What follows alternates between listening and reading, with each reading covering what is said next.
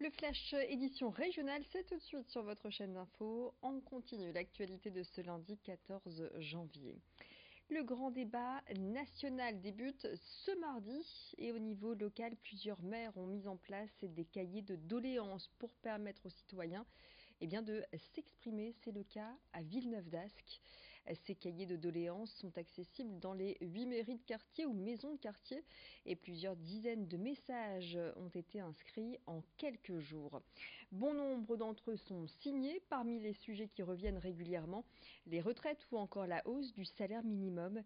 Comme d'autres maires, Gérard Caudron estime que ce n'est pas son rôle de tenir ces cahiers de doléances, même si l'État ne lui a pas demandé explicitement de tenir ces registres. Eh bien, il a pris la décision de le faire et il s'en explique au micro de Vincent Vieillard.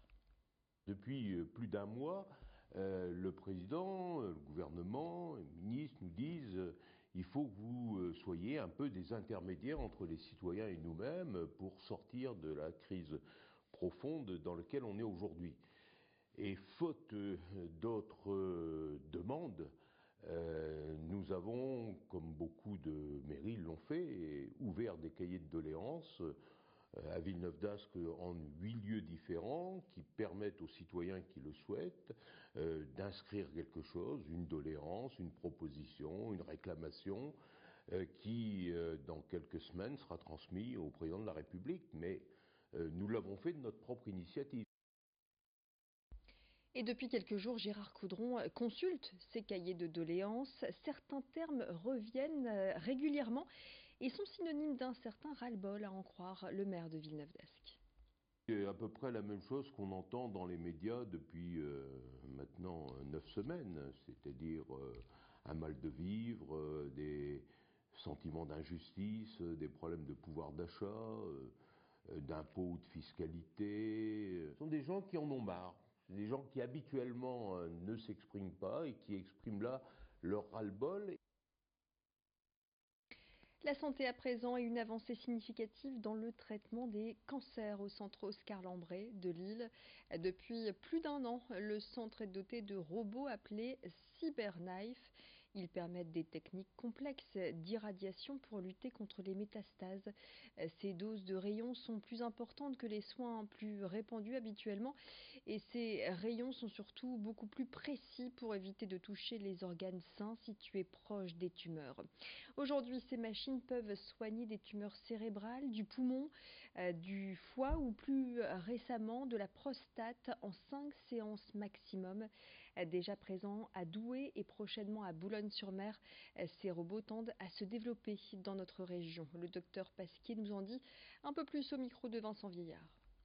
Le contrôle local des lésions que l'on traite est très bon, de plus de 90%, et nous avons des signaux forts qui nous montrent que quand on traite les métastases des patients, quand elles sont en faible nombre, on peut avoir une influence sur le pronostic de ces patients et ça nous permet comme ça d'augmenter l'espérance de vie de ces patients. Donc il y a des résultats récents qui ont été publiés dans des revues qui font référence. Ce sont des pratiques que nous maîtrisons, nous, depuis plus de 10 ans ici au centre Oscar Lambret et que nous mettons en œuvre de façon presque routinière. Le sport avec du foot et ce soir le RC Lens retrouve la Ligue 2 avec un déplacement au Red Star. Rappelons que les Lensois sont 3e actuellement du classement de Ligue 2, 6 points derrière Brest. Le club de région parisienne est quant à lui dernier. Alors pour l'instant le début 2019 ressemble à la fin 2018 pour le RCL. Le premier match de l'année en Coupe de France s'est soldé par une défaite 2-0 face à Reims. Des errements défensifs mais aussi et surtout un manque criant de réalisme pour les attaquants ont été constatés par Philippe Montagnier qui parle de crise de résultats. C'est ce qu'il a déclaré vendredi en conférence de presse. Face au Red Star, le coach sang et or pourra compter sur l'intégralité de son groupe, même sur Guillaume Gillet qui revient de blessure et qui pourrait retrouver donc ce groupe. Explication de l'entraîneur lensois au micro de Vincent Vieillard. Il faut que le calendrier, on le prenne comme il est. Je pense qu'il n'y a ni d'avantage ni d'inconvénient. Ça sera difficile. Et puis dans cette division 2, tous les matchs sont âprement disputés. On se rappelle du match aller où on avait eu du mal à venir à bout de cette équipe de Restart, et ça sera pareil chez eux. Donc je pense qu'il y a ni de facilité ni de difficulté supplémentaire, et voilà, le calendrier, on doit le prendre comme il est. Il faut qu'on gagne, il faut qu'on retrouve la victoire. On est en déficit de points sur les 8 derniers matchs, donc il faut qu'on reparte. Alors, je sais que Farouk ne sera pas d'accord, parce que lui aussi il a besoin de 3 points. C'est toujours le problème, c'est l'adversaire, il veut aussi gagner. Si certains attendent avec impatience les prochaines vacances pour profiter des sports d'hiver, d'autres envisagent déjà leurs vacances d'été. Dans les prochaines semaines, les agences de voyage vont commencer à ouvrir les réservations pour la période des grandes vacances. Les longs week-ends du mois de mai vont aussi permettre de s'accorder une escapade au soleil. Alors, quelles sont les destinations proposées, celles qui sont également les plus prisées ? Nicolas Lebrun a posé la question à Dominique Persin, co-gérant d'une agence de voyage située à la fois à Tourcoing et de l'autre côté de la frontière à Moucron. Depuis quelque temps, on a un certain nombre de destinations qui ne sont plus pratiquées, et ça refait tourner la bascule vers des destinations beaucoup plus classiques. L'Espagne, le Portugal, la Grèce. On ressent un léger retour de la Turquie, parce que c'est vrai qu'il y a des offres de qualité-prix qui sont pas mal.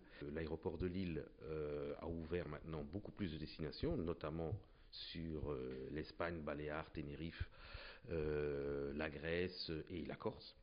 Donc on sent aussi qu'il y a une demande sur ces destinations-là. Mais le bassin méditerranéen en général pour la saison d'été reste très prisé. La Tunisie, ça a toujours du mal à décoller. L'Égypte reprend notamment avec des croisières, parce qu'on a diminué le prix quasiment, ou on a augmenté les prestations, et avec une fréquentation moindre, donc tout ce qui est croisière sur le Nil, eh bien c'est nettement, on va dire, avec un rapport qualité-prix qui est fréquentation, donc on fait moins la file, donc c'est pas mal non plus, ça commence à reprendre. Fin de ce flash régional. Prochaine édition, elle sera locale. L'information encore plus près de chez vous, ce sera dans le prochain quart d'heure. D'ici là, vous retrouvez les prévisions météo. Et puis n'oubliez pas, nos reportages sont bien visibles également sur notre site internet grandlille.tv. Fin de cette édition, restez avec nous, l'info continue.